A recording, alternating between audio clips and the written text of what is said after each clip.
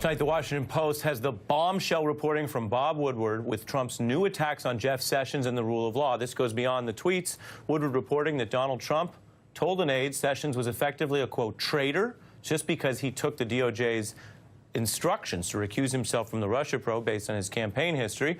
Trump also mocking Sessions' accent, insulting his intelligence, and saying, quote, he's this dumb Southerner, he couldn't even be a one-person country lawyer down in Alabama.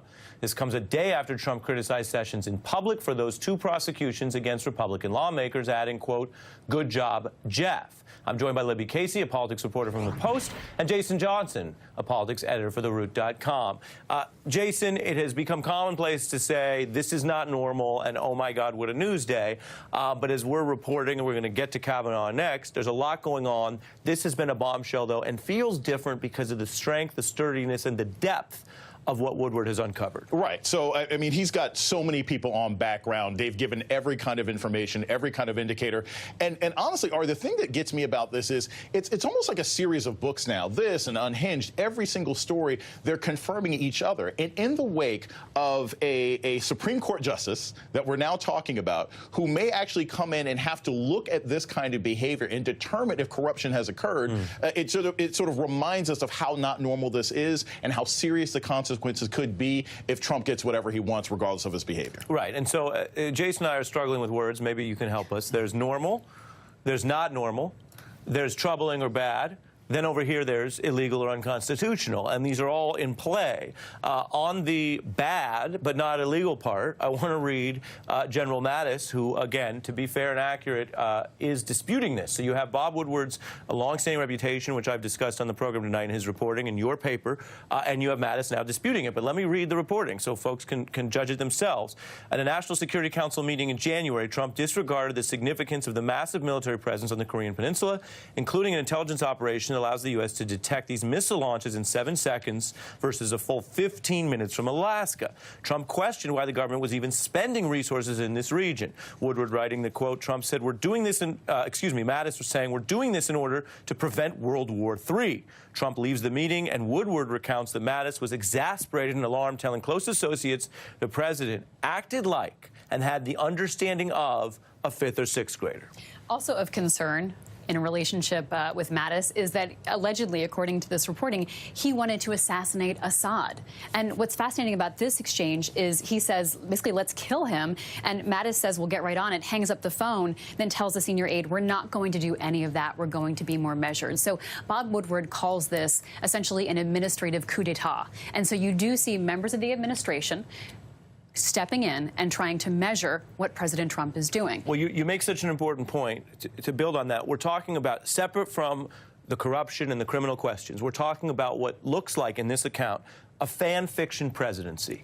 The general saying that the president acts like a 6th grader, says, do this, do that, go kill our enemies, assassinate foreign leaders, which, by the way, the U.S. has a policy against, and wow, that feels good in the moment, hangs up the phone, and then the military makes the real policy. And so while people may prefer a non-assassination policy, it also raises the question, as you put it, Libby, of who's in charge. Who's in charge? Absolutely. Another story that plays out in the reporting is that Gary Cohn, who was, of course, the chief economic advisor, takes a piece of paper off the president's desk to prevent him from signing it. This would be to pull out of a trade agreement with South Korea. And so you have another example in this reporting of a staffer essentially deciding policy. And he says the president won't notice it's gone, and so he won't miss signing it.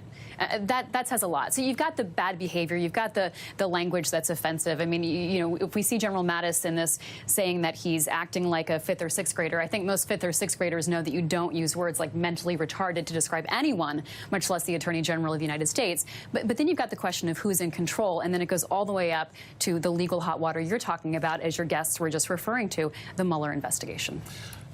You can pick whatever metaphor you want. You can say the Lannisters in Game of Thrones. You can say Ghost and Tommy in Power. It's clear no one knows who's in charge. and they're all stabbing each other in the back. And that puts us in danger. I mean, that's the core issue that you can pick up from Woodward is when you've got people snatching documents, when you've got people saying Trump says one thing when I'm in the office and says something else when I leave, when you have no idea what the foreign policy impact is of a random piece of paper on your desk, we're all in danger. And I think that's something that we sometimes overlook. Yes, because we talk about corruption, we talk about the shame, but these are national security issues. One day someone's not going to take the phone from him, and he will tweet the wrong thing. He will sign the wrong sheet of paper, and then we're all going to suffer the consequences. That's the most sort of damning thing about this book, that we're always teetering on danger in this country because I have a president that nobody can trust. Right, and that the substantive actual conduct of government is the opposite of the reality show fiction. Right. The reality show fiction was he's a tough boss, he says what he means, people do what he says. And the reporting in your paper and what you're elucidating is it's the opposite. It's literally the opposite.